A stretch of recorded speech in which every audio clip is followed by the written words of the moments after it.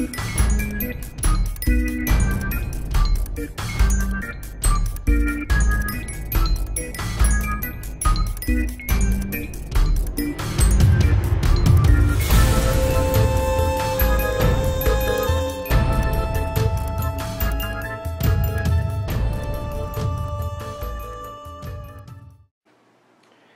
everybody, it's Doug here, Doug Mystic Eye on Board Game Geek.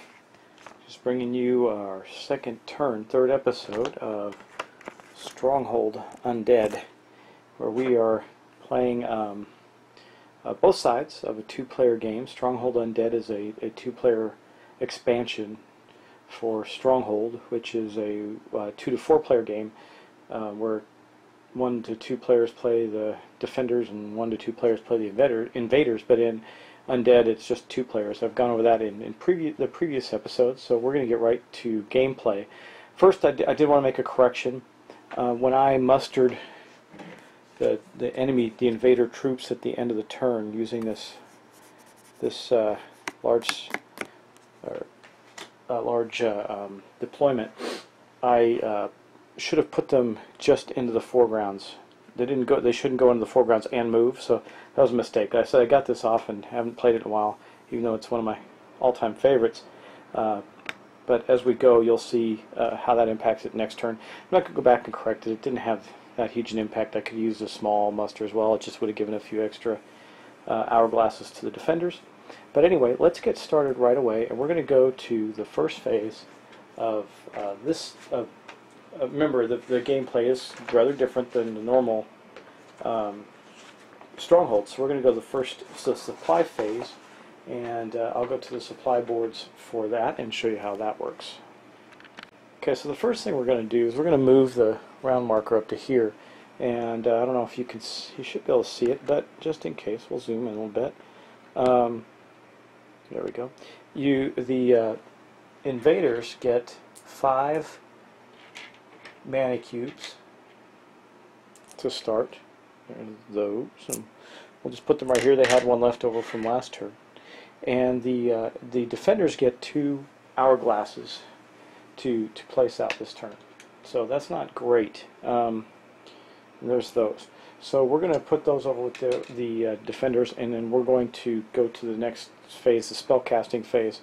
But the defenders do need to put out their tokens, so their time tokens. So we will do that, and then we'll go into the second phase.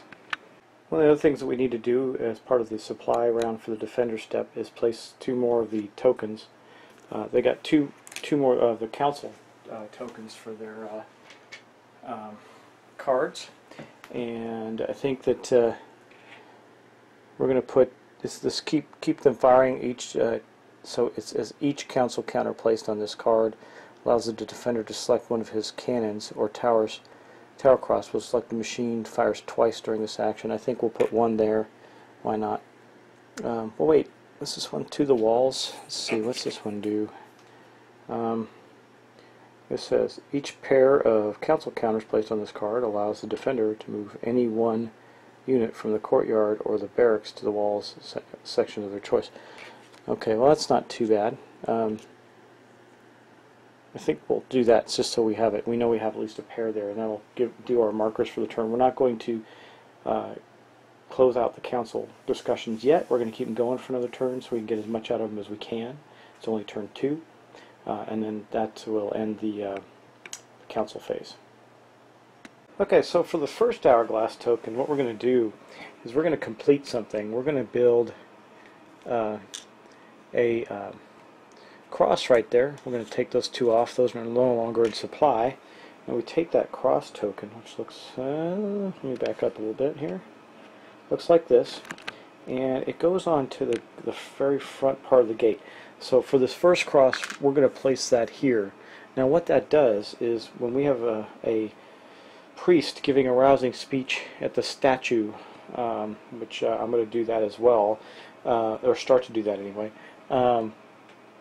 it will enhance their ability to reduce the panic of the city that's being besieged. So with the next 1 token that we have, we're going to actually not put another, we're going to get another pre-started. So let me go where that would be. That's going to be down here.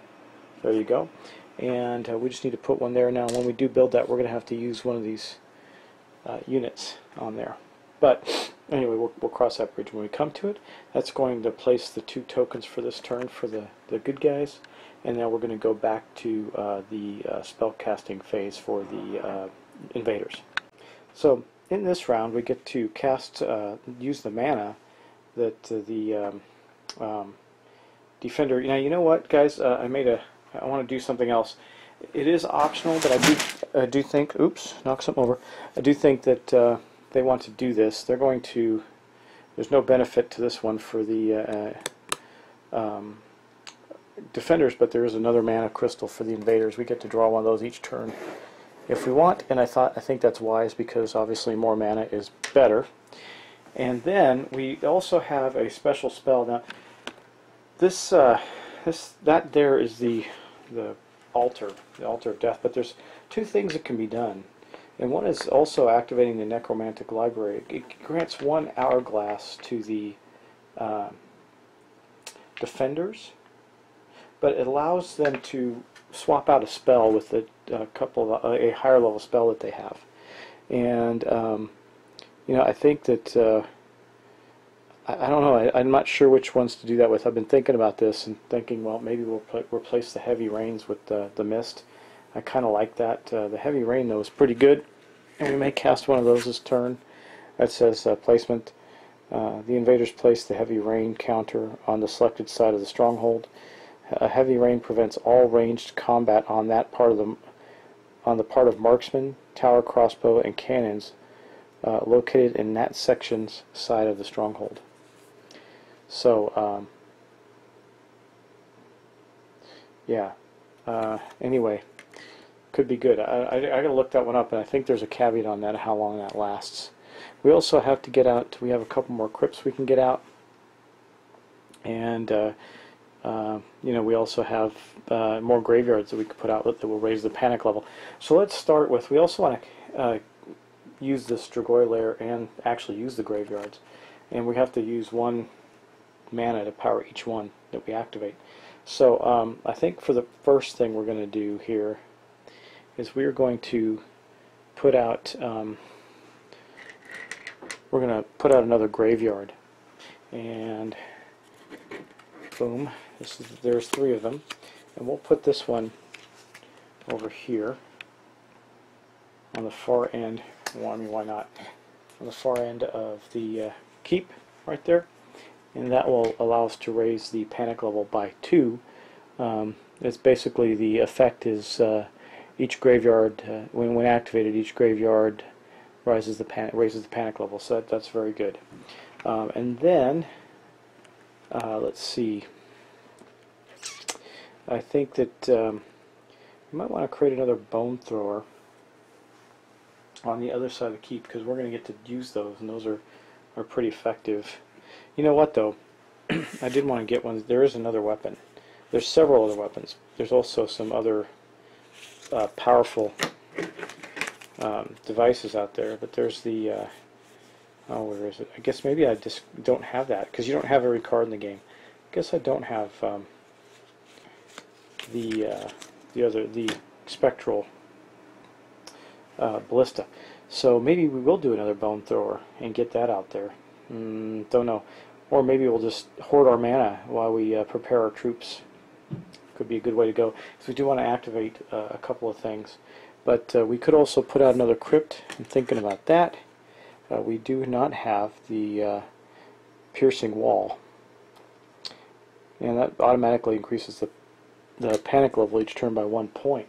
So that's pretty effective. We might do that one. You know what? That's 2 mana. So let's do that. We're going to put out another crypt, the piercing wall. And I will get that out and show you where that goes. I'm sorry, it's piercing whale. And here's the card for that.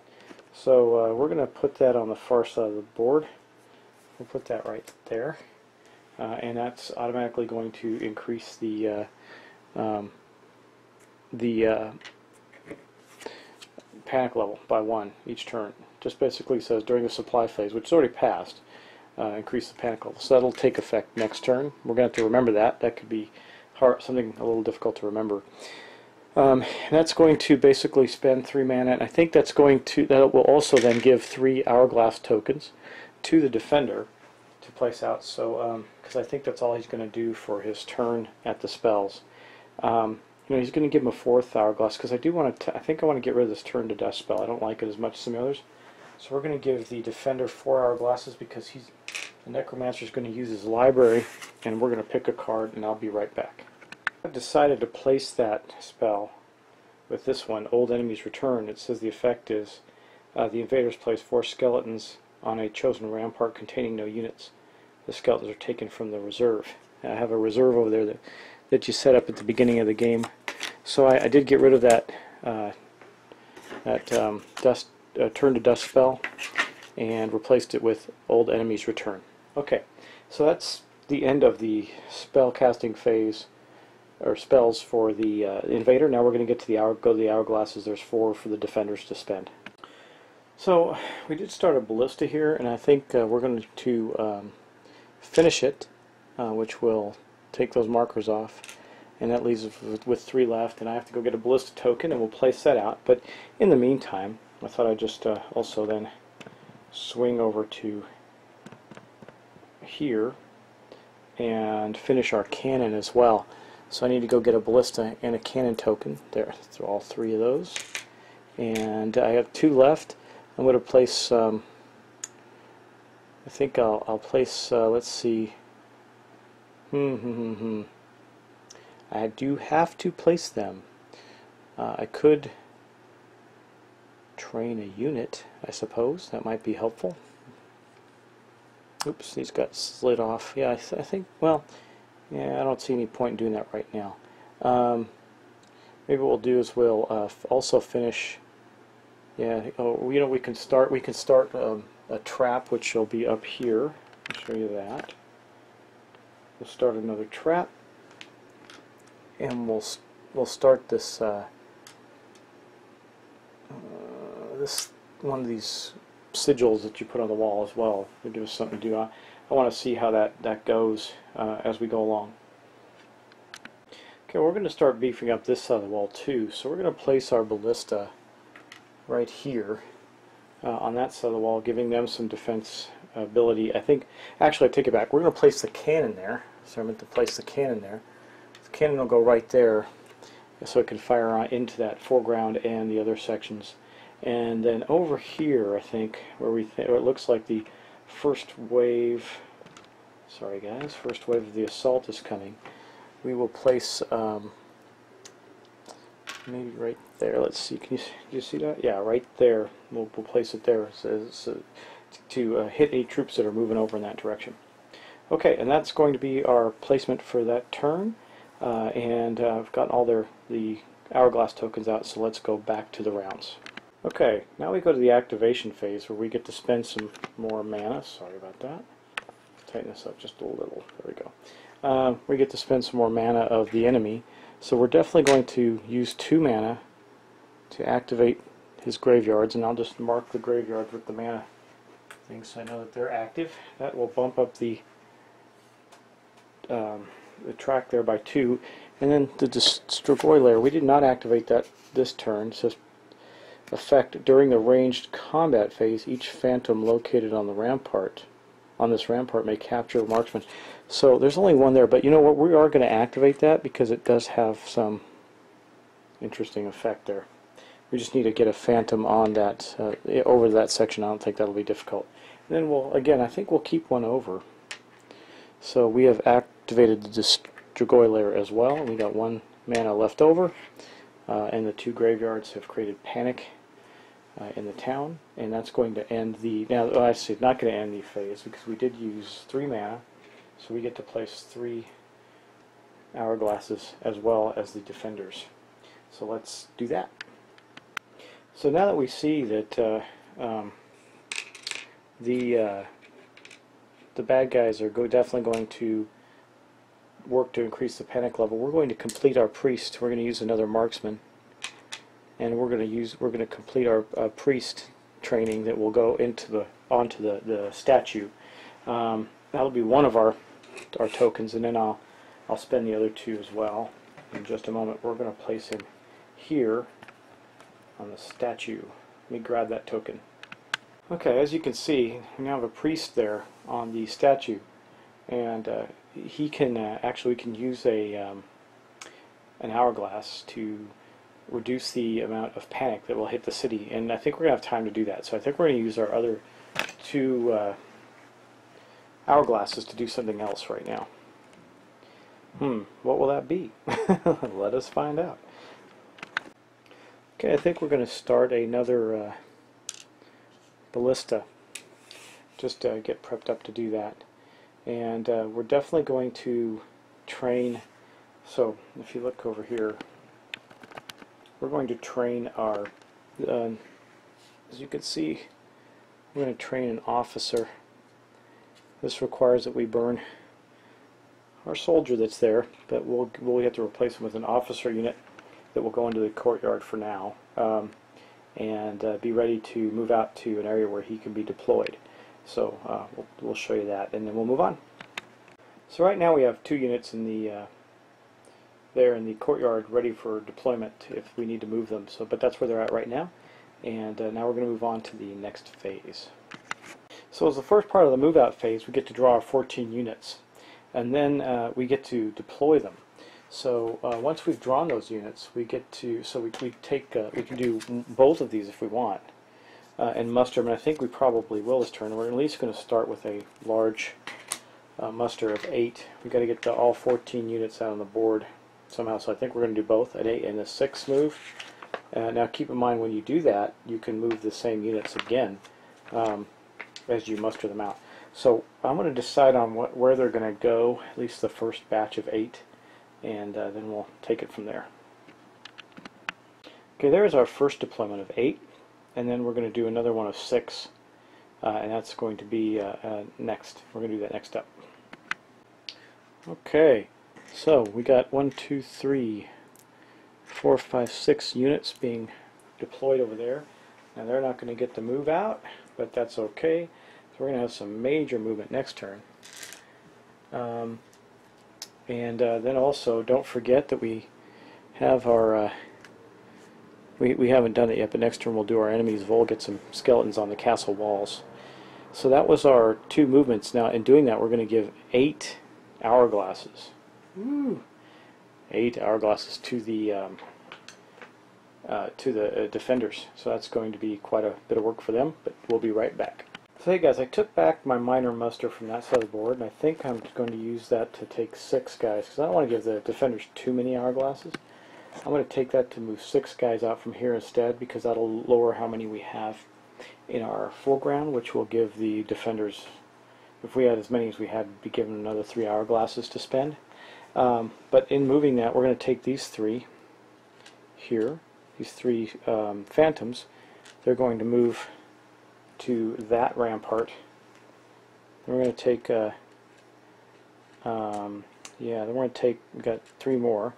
I think we're going to take 1 skeleton, 2 vampires, and move them over to here, leaving just 2 skeletons there, and 3 skeletons and a vampire on the other side. And that will actually then be our movement, but that's going to give us a total of still 8 hourglasses for the defenders. So as the defenders, it looks like there's going to be a major assault on the right hand side in turn 3. So you know, we started building our ballista. Now remember, we got 2, 4, 6, 8 hourglasses from that to spend. Yeah. Oh, we already built our officer, so I got to remove that from the board. But yeah, let's do this. I think we're going to build another ballista. Yeah, we'll do that. We're going to complete our ballista here, and boom, that's going to allow us to put a ballista on the board, and I'll go get that and do that. Put that token out. Yeah, so I think the defenders are going to beef the heck out of this side, and man, you know, I don't know about that, because I think I might move 2 marksmen into that tower there. I'll use some archery, because I probably need a ballista on the other side. Actually, I think I ought to put the ballista up here toward the gate, closer to that gate section, because we have some phantoms coming up that way. Maybe we can take them out as well. And then again, for 2 hourglasses, actually for 1 hourglass, what I'm going to do is I'm going to move this marksman here into this tower, and then for another hourglass I'm going to move the officer, who will beef up their strength, out of the courtyard into this tower here. Yeah, that looks good. Okay, so that will be the end of that. Now I got a whole bunch more left to spend. Let's see what we want to do with them. Well, we might as well start preparing. I'll put one more in a ballista just so we can crank one out next turn on the other side of the keep if we need it. Gosh, man. Let's see. I can. Yeah. I don't know, guys. I don't know. Let's see. I can. Yeah, I'll do this. I'll move this other marksman up to this tower here, and then I'll spend another one to move this soldier from this courtyard up to here. We're getting ready for a big fight over on this side of the wall. And then I don't know, we could complete another trap. Yeah, let's do that. We're going to cut off those phantoms. We're going to complete another trap, and I'll show you what we're going to do with that. So way the heck up here, there's no spot for a trap. We're going to put it there, meaning that anything else that goes over there has to have a combined strength of 4 to get to that zone. So 3 phantoms, another 3 phantoms wouldn't be able to get there. It would have to be an orc and a skeleton and 2 phantoms or 2 skeletons. So that'll help us some there. Let me see. Oh, and then yeah, we're going to have to do our speech. The priest at the statue is going to pray and do our speech, and I'll show you what that does. So what happens when we give the rousing speech is, normally if it's just a priest on the wall giving it, it would reduce the panic by 1. But since that priest is at the statue, here's how it reads. I'll just read it to you for the sake of when you play. It says, speech costs 1 hourglass. The panic level is lowered by 1. Note, if a priest is located at the statue building, then the speech action lowers the panic level by 1 additional point per each cross present on the gates. So, since we have 1 cross present on the gate, that's going to lower this back down to 0, which is exactly where we want it. And that still leaves us with 2 hourglasses to spend on actions this turn.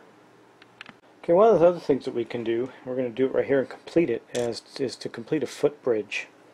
Now, a footbridge allows us to move troops between spaces without having to worry about movement. We can just move them in between the spots without having to spend hourglasses.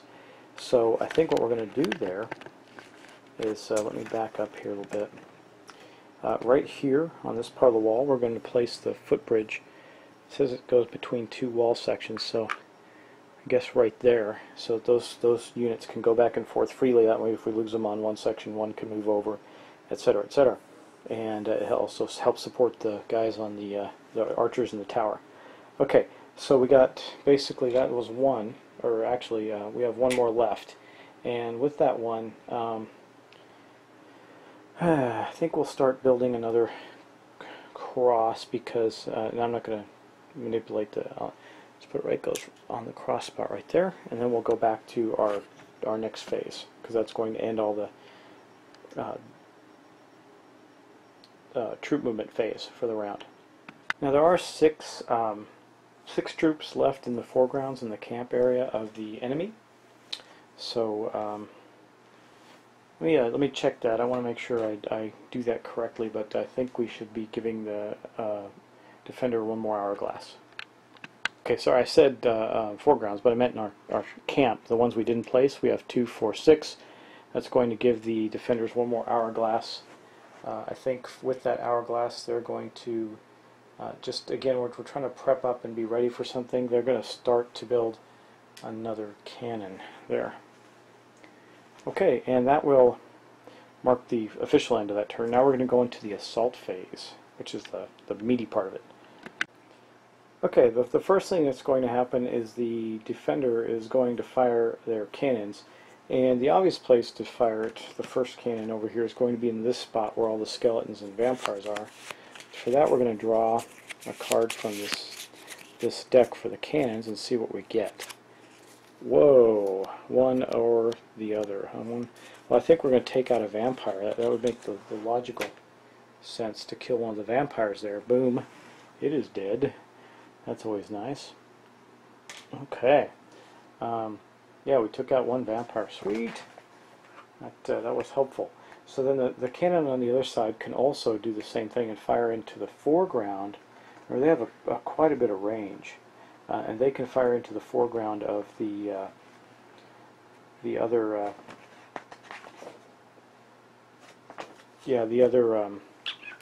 okay, let me just show you the other foreground there.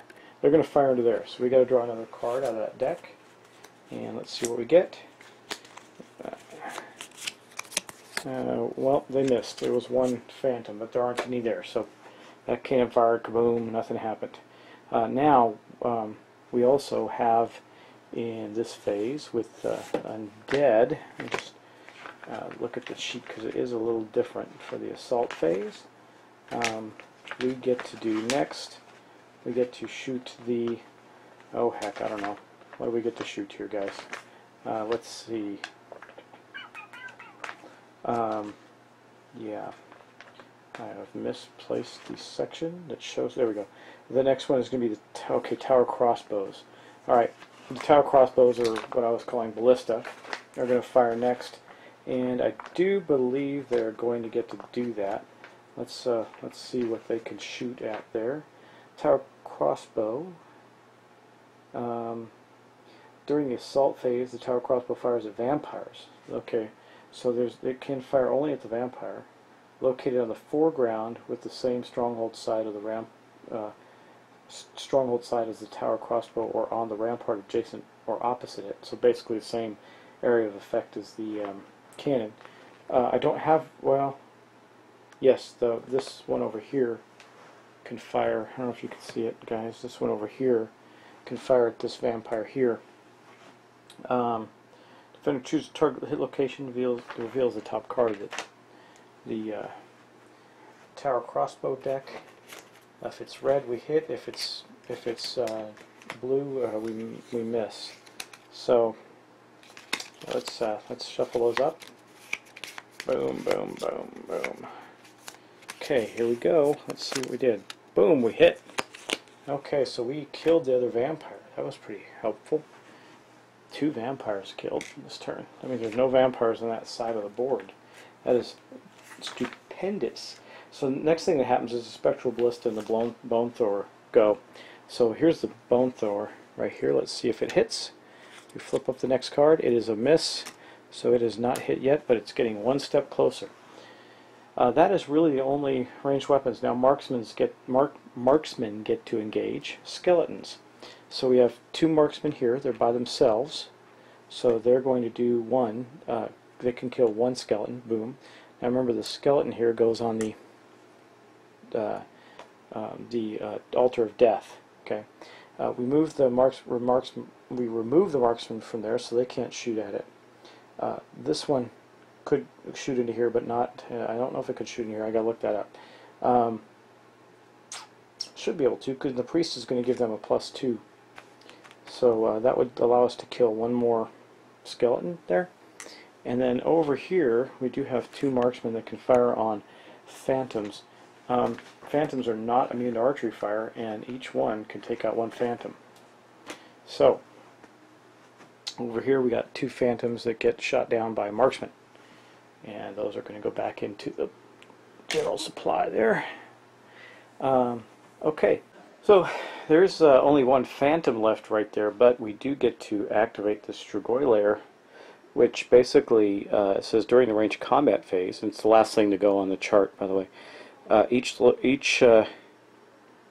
phantom located on this rampart may capture 1 marksman from an adjacent wall section linked to the rampart or path.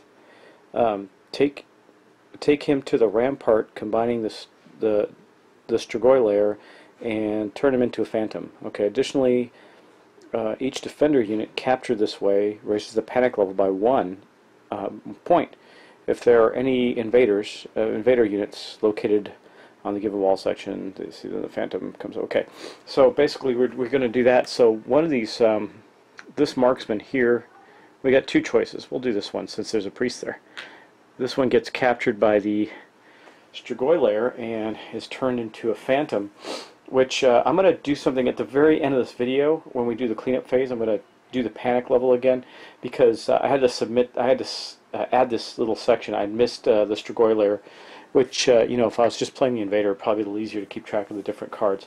But I wanted to make sure to insert this here. So, but unfortunately, as we go through the video, I will not have it right on the panic level. The panic level will be 1, which means during the panic phase we will draw one of the panic cards. Okay, so I'm going to add this in here, and then we'll continue on. So basically that is all there is for archery. Now there's no melee combat, but we're getting closer to it. I mean, it seems awfully hard to get troops to the walls for the undead. I'm probably doing something wrong. Not wrong in the rules, but just wrong in how I'm playing. So yeah, each of these marksmen can fire into this section, so I guess we'll just have to live with that. But we do have one guy there next turn for that will be able to use the Strigoi lair, which will be helpful. You'll see how that works. It could be pretty devastating. The next phase, that's basically ends it because there's no melee currently. There won't be any melee probably until next turn, if there is. I mean, this is looking pretty rough for the attackers. But it'll get hairier for the defenders pretty soon. We got some things going on. But let's see. The next phase, the next step in the action phase is going. I think it's the panic phase. Yeah, panic, which we reduced to 0. Hey, okay. So I want to slip in here. I'm going to do the panic phase now because when we did the Strigoi lair, actually, the panic did increase by 1. So when we actually reduced the panic, we're not able to reduce it all the way to 0, doing what we did. So we actually have panic. It says during the next turn, the defender units cannot leave the courtyard unless they pay 1 additional hourglass with a panic. Mark the courtyard with a panic counter. The panic counters look like this. Now we don't currently have anybody in the courtyard, so that's not awful, but still not good either. In case we do move somebody into the courtyard. That's going to end the panic phase. That's all that's going to happen. So as far as the rest of the turn is concerned, that's it. So we'll continue on. Thanks. And then the cleanup phase. So basically that's going to end our playthrough for today. You know, the cleanup phase, we didn't have anything to do really. Let's see if we have to do anything specific. I'll just flip through it and make sure. After the assault phase, we got the cleanup phase, remove all counters. Yeah, we got to do that. Okay. Mana markers on cards. Yep. So these red markers here and here go away. Now you do know that yeah. So the thing is that we start getting more mana than the defenders get, at least for the next turn. Yeah, it's gonna be rough. I don't know. I'm wondering if you guys got some advice on how you'd like to see the attackers go here. I mean, I'm going to get some skeletons to the wall, and I'm going to be able to effectively use one of the phantoms this turn, which will weaken the defenders a bit. But man, I got to get a lot of guys to the wall somehow, and that's proven to be harder. I might do. I don't know. We'll see. We'll see how it goes. Anyway, that's it for tonight. So hey, thanks a lot for watching. Please let me know if I need to correct anything, if there's something I can correct, and we'll talk to you soon. Take care.